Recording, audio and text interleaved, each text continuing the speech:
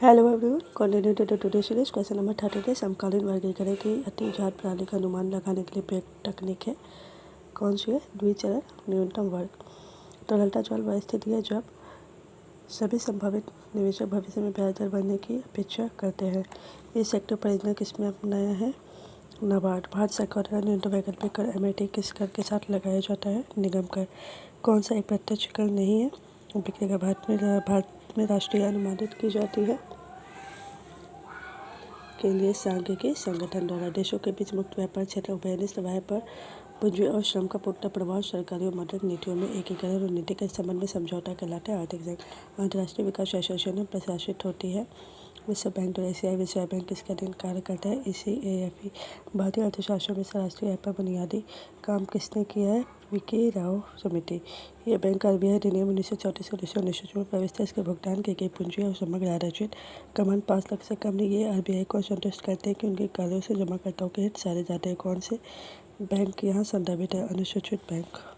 भारत में किसका बैंक निश्चित संबंध गतिविधियों से निवृत्त में सर्वाधिक है? वाणिज्यिक बैंक। भारत में राजकोषीय घाटे का अर्थ बजटीय घाटा प्लस सरकार की निवल उधारियाँ।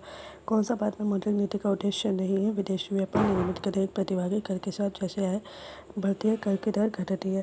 भुगतान संतुलन खातों की संरचना व्यवस्थित जिसमें वे दिखते हैं। Answer is here. वह पंडित जिसके लिए माध्यम आदि का प्रसार बराबर होता है। पायशन। कौन सा केंद्रीय प्रवृत्ति का नहीं है? श्रेणी लाभ के निश्चितता सिद्धांत का प्रतिपादन किसने किया? Frank night. और उद्घाटित अधिकतम सिद्धांत का निरूपण किसने किया? पॉल एल सैमुएल्सन द्वारा। आर्टिकल की गई प्रक्रिया में कौन सा सही क्रम है? Answer is 2। जोखिम पूंजी नीति के संबंध में कथन पर विचार करें। आंसर इज 1 और 2। दिए गए कोड का प्रयोग करते हुए मध्य चुनिए जो भारत को चालू खाते में देखा था। आंसर इज 1 और 2। You can take screenshot and read it carefully.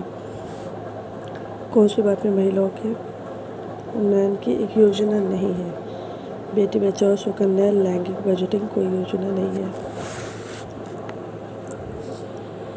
आयकर समानता के सिद्धांत पर आधारित है? कर देय योग्यता सिद्धांत। कौन सा सरकारी बजट में एक पूंजी प्राप्ति है? निरंतर से सरकारी उधारियाँ। स्फीति का अंतराल के उठाना किसने दिए? JM केस ने। ड्रेसिंग का नियम व्याख्या करता है कि बड़ी मुद्रा अच्छी मुद्रा को चलन से बाहर कर देती है। आंसर इज 1 और 2। इस सेक्टर किसने अपनाया? नंबर 5 सरकार द्वारा न्यूनतम वैकल्पिक कर निम्नलिखित किस किस दर के साथ लगाया जाता है? निगम कर। कौन सा कर प्रत्यक्ष कर नहीं है? बिक्री कर। विकास बैंक किसके अधीन कार्य करता है? ECAFE। भारतीय अर्थव्यवस्था राष्ट्रीय आय पर बुनियादी कार्य किसने